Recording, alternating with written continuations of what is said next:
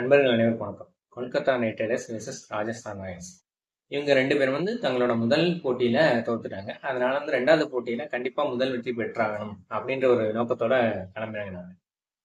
So toss win பண்ண Kolkata knight ரைடர்ஸோட captain Rahane first பவுலிங்கை தேர்ந்தெடுத்தாரு. அதன்படி முதல்ல ஃபர்ஸ்ட் ஓப்பனிங்ல கிளம்புறாங்க சாம்சன் அண்ட் எஸ்எஸ்வி ஜெய்ஸ்வால். கடந்த மேட்ச் மாதிரி இல்லாம ஓரளவு பொறுமையான இல்லை, கொஞ்சம் மதரடி காட்ட ஆரம்பிச்சாங்க. 33 ரன்களுக்கு ஃபர்ஸ்ட் விக்கெட் வந்துச்சு. சாம்சன் 13 ரன்கள் அவுட் ஆனாங்க. அதுக்கப்புறம் ரியான் பராக் 25 ரன்கள் அவுட் ஆயிட்டாரு. எஸ்எஸ்வி ஜெய்ஸ்வால் 29, துருவ் ஜுரேல் 33. இவங்க தான் அதிகபட்ச ரன்கள். அதுக்கப்புறம் எல்லாருமே சிங்கிள் டிஜிட்லயே அவுட் ஆயிட்டாங்க. ஸோ இந்த இடத்துல நம்ம ரியான் பராக் அவரோட கேப்டன்சியை நம்ம கொஞ்சம் கொஸ்டின் பண்ணணும் அப்படின்ற மாதிரி இருக்கேன். ஏன்னா அந்த ஒரு அனுபவம்ன்றது சரியா இல்லை. ஸோ கொஞ்சம் துருக்குத்தனம் அதிகமா இருக்கு அப்படின்ற மாதிரி நினைக்கிறேன். ஏன்னா இப்போதைக்கு வேர்ல்டுலேயே ஒரு பெஸ்ட் ஸ்பின்னரா இருக்கிறவர் வருண் சக்கரவர்த்தி. அவரோட பால்ல நீங்க ஒரு ஃபர்ஸ்ட் 6 அடிக்கிறீங்க. 6 அடிக்கும் போது அடுத்த பாலும் 6 அடிக்க எய்ம் பண்றது தப்பு கிடையாது. பட் அது எந்த மாதிரி பால் எப்படி வருது அதை கணிச்சு எய்ம் பண்ணணும். ஏன்னா ஃபர்ஸ்ட் நீங்க ஒரு பால் 6 அடிக்கிறீங்க அப்படின்னாலே அது உங்களுக்கு 6 ரன். அடுத்த பந்து 6 அடிக்க விட்டா அது பவுலருக்கு பெரிய ஒரு அவருக்கு அதை கட்டுப்படுத்தினாதான் வின்னு. ஸோ இந்த மாதிரி சுச்சுவேஷனில் அவர் அதே மாதிரியான பந்தை போடக்கூடிய ஒரு வீரர் கிடையாது. அவர் மிஸ்ட்ரி ஸ்பின்னர். ஸோ வெரைட்டியாக மாற்றி தான் போடுவார். ஸோ அந்த ஒரு கால்குலேஷன் உங்கள்கிட்ட இருக்கணும். ஃபர்ஸ்ட் பால் 6 அடித்தா அடுத்த பால் 6 அடிக்கணும் அப்படின்றது யூஸ்வலாக ஸ்ட்ரீட் கிரிக்கெட்டில் விளையாடுறவங்களுக்கு கூட இருக்கிற மைண்ட் செட் தான். அதை இல்லைன்னு சொல்லலாம். பட் ஒரு ப்ரொஃபஷனல் கிரிக்கெட் ஆடும்போது ஃபர்ஸ்ட் பால் 6 அடிச்சிட்டோம் அப்படின்னா அடுத்த பால் 6 அடிக்கணும் அப்படின்னா அந்த பால் கரெக்டாக அதுக்கு ஆப்டாக வந்துச்சு அப்படின்னா 6 அடிக்கலாம். இல்லை அப்படின்னா கண்டிப்பா வின் பண்ணி ஆகிற மஸ்ட் சிச்சுவேஷன் அப்படின்ற மாதிரி அந்த பால் இருக்கு அப்படின்னா அப்போ ட்ரை பண்ணலாம். இது ரெண்டுமே இல்லாதப்ப நீங்க தான் ஃபர்ஸ்ட் பேட்டிங் அப்படின்னு இருக்கும்போது நீங்க கேப்டன், ஒரு டீமோட யங் கேப்டனா இருக்கீங்க. ஸோ உங்களை நம்பி பொறுப்பு கொடுத்துருக்கும் போது அந்த இடத்துல பொறுப்பா விளையாடாம துடுக்குத்தனமா அவுட் ஆகுறதுன்றது பெரிய மைனஸ் பராக் கிட்ட. இதே மாதிரியான மைனஸ் தான் ஹர்திக் பாண்டியா கிட்டையும் இருக்கும். ஹர்திக் பாண்டியாவும் ஸ்பின்னர் பால் எல்லாம் ஃபர்ஸ்ட் ஒரு பால் 6 அடிச்சிட்டார் அப்படின்னா அடுத்த பாலும் அதாவது அதே மாதிரி எய்ம் பண்ணணும் அப்படின்ற மாதிரி அடிப்பாரு. எல்லா டைமும் அதே மாதிரி சிக்காது. ஒரு சில நேரம் அதே மாதிரியான லைனர்ல இருந்து வந்துருச்சு அப்படின்னா அடிக்கலாம். எல்லா டைமும் மாட்டாது. 100க்கு ஒரு 60% அடுத்த பால் 6 அடிக்கிறதுன்றது ரொம்ப கடினமான விஷயம் தான். இதுதான் ஒரு பெஸ்ட் பேட்ஸ்மேனுக்கும் ஒரு ஆர்டினரி பேட்ஸ்மேனுக்கும் ஒரு வித்தியாசம். இது சச்சின் டெண்டுல்கரோட பழைய வீடியோக்கள்லாம் எடுத்து போட்டு பாருங்க. ஸோ ஃபர்ஸ்ட் ஒரு பால் 6 அடிச்சிட்டாருன்னா அடுத்த பாலும் 6 அடிக்கிறதுக்கு எய்ம் பண்ண மாட்டாரு. பவுண்டரியோ இல்லை அந்த பாலுக்குரிய ட்ரீட்மெண்ட், அந்த பால் 6 அடிக்கிற மாதிரி வந்துச்சு அப்படின்னா அடிப்பாரு. தவிர அந்த பாலுக்குரிய ட்ரீட்மெண்ட் தான் அடிப்பாரு. இதுக்கு ஒரு எக்ஸாம்பிளா சொல்லலாம். 2003 ஆண்ட்ரி கேடிக் பால்ல வேர்ல்டு கப்ல ஒரு 6 அடிப்பாரு, ஒரு ட்ரெமெண்டஸ் 6. அடுத்த பால பாலுக்குரிய ட்ரீட்மெண்ட் தான் சச்சின் கொடுப்பாரு. அவர் தான் வேர்ல்டுலேயே நம்பர் 1 பேட்ஸ்மேன். என்னால் அடிக்க முடியும் அப்படின்னு சொல்லிட்டு அடுத்த பாலம் அடிக்கலாம். ஆனா அந்த பாலுக்குரிய ட்ரீட்மெண்ட்டை கொடுக்கறதுனால தான் அவர் ஒரு வேர்ல்டுல பெஸ்ட் பேட்ஸ்மேனா இன்னைக்கும் திகழ்றாரு. அவர் அந்த அட்வைஸை ஷேவாக்கும் கொடுப்பாரு. ஆனா ஷேவாக் என்னால் அடிக்க முடியுமா அந்த கான்ஃபிடென்ட்ல அவர் அடிப்பார். இன்னும் ஷேவாக் அளவுக்கு ஒரு எக்ஸ்பர்டைஸை காமிக்கல. ஸோ அப்படி இருக்கும்போது பொறுமையாக தான் நின்று ஆடணும். இத்தனைக்கும் நீங்க கேப்டன் இருக்கும்போது இன்னும் கூடுதல் பொறுமையா விளையாடணும். அந்த ஒரு பொறுமைன்றது ரியான் பராக் கிட்ட இல்லை.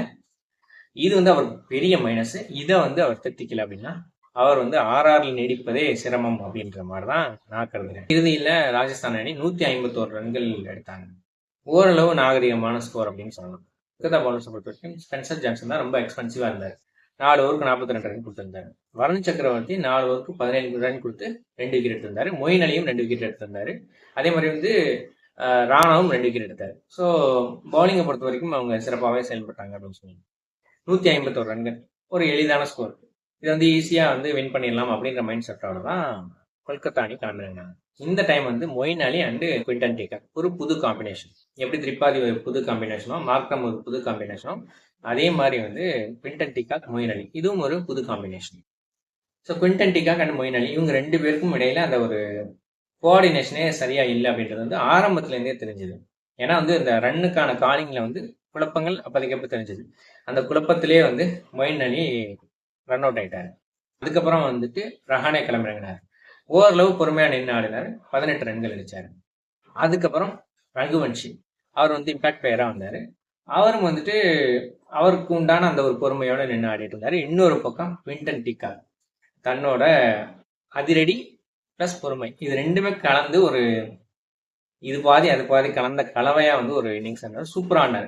எப்பவும் குவிண்டன் டிகாக் வந்து ஒரு 40 ரன் அடிப்பாரு, அதுக்கப்புறம் வந்து அவுட் ஆயிடுவாரு. இந்த மாதிரி தான் இருக்கும். கரெக்டா வந்து ஒரு நல்ல ஒரு ஒரு சுச்சுவேஷன் கொண்டு வந்து விட்டுட்டு அவுட் ஆயிடுவாரு. அதுக்கப்புறம் பின்னாடி வந்த வீரர்கள் எல்லாம் அடிச்சு ஜெயிச்சாதான் அந்த அணி ஜெயிக்கும். அப்படிதான் அவரோட பிளேன்றது இருக்கு. ஆனா நேத்து வந்து உண்மையிலேயே சூப்பரான ஒரு இன்னிங்ஸ் ஆடினாரு அப்படின்னு சொல்லலாம். ரகுவன் சிங் அதுக்கேற்ற மாதிரி வந்து அவருக்கு கம்பெனி கொடுத்து சூப்பரா ஆடினாரு. நேத்து வந்து ஒரு 91 ரன்ல இருந்தாரு. ஸோ ஒரு பவுண்டரி அடிச்சு ஒரு 6 அடிச்சா அவரும் 100 அடிச்சிருக்கலாம். இருந்தாலும் என்னோட ரன் முக்கியம் இல்லை, என்ஆர்ஆர் ரன் ரேட் தான் முக்கியம் அப்படின்னு சொல்லிட்டு 6 அடிச்சு 97லயே முடிச்சாரு. நேத்தைக்கு அவர் இன்னொரு ஸ்ரேயாஸ் ஐயரா தெரிஞ்சாரு ஐபிஎல் ரசிகர்களை பொறுத்த வரைக்கும். அந்த ஒரு டீம் ஜெயிக்கணும், முன்னாடியே ஜெயிக்கணும் அப்படின்றது தான் நம்மளோட ஃபோக்கஸாக இருக்கணும் அப்படின்றது தான் ஸ்ரேயாஸ் ஐயர் அடிச்ச 97 அண்ட் குவிண்டன் டிகாக் அடிச்ச 97 இது ரெண்டும் நமக்கு உணர்த்துது. நேத்தைக்கு ராஜஸ்தான் ராயல்ஸ் அவங்களோட பவுலிங் சுத்தமா எடுபடலை. ரியான் பராக் மட்டும்தான் ஒரு விக்கெட் எடுத்தாரு, அதுக்கப்புறம் ஒரு ரன் அவுட். மற்றபடி வந்து யாருக்குமே விக்கெட் விடல. எல்பிடபிள்யூமே வந்து 2-3 டைம் கேட்டாங்க, அதுல 2 டைம் ரிவ்யூ போனாங்க, பட் அதுவுமே கரெக்டா போகல. டீக்ஸனாக்கும் சரியா எடுபடல, வனிந்து ஹஸ்ரங்கா, சந்தீப் சர்மா, ஜோஃப்ரா ஆர்ச்சர் யாருக்குமே வந்து சரியா எடுபடல. ஸோ இங்க எல்லாருமே வந்து நல்ல பவுலர்ஸ் தான், ஆனா எல்லாருக்குமே ஏதோ ஒன்று சரியா வந்து அமையலை.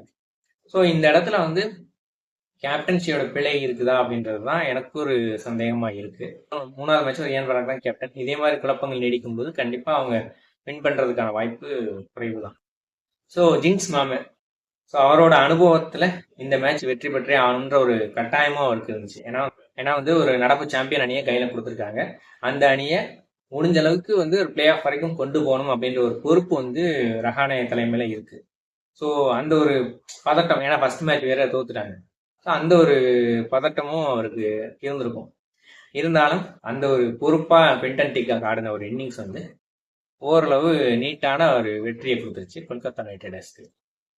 ஸோ இந்த ஒரு பாசிட்டிவ் அப்ரோச் வச்சுக்கிட்டு அடுத்தடுத்த மேட்ச்ல வந்து அவங்க சிறப்பாக செயல்பட முற்படுவாங்க.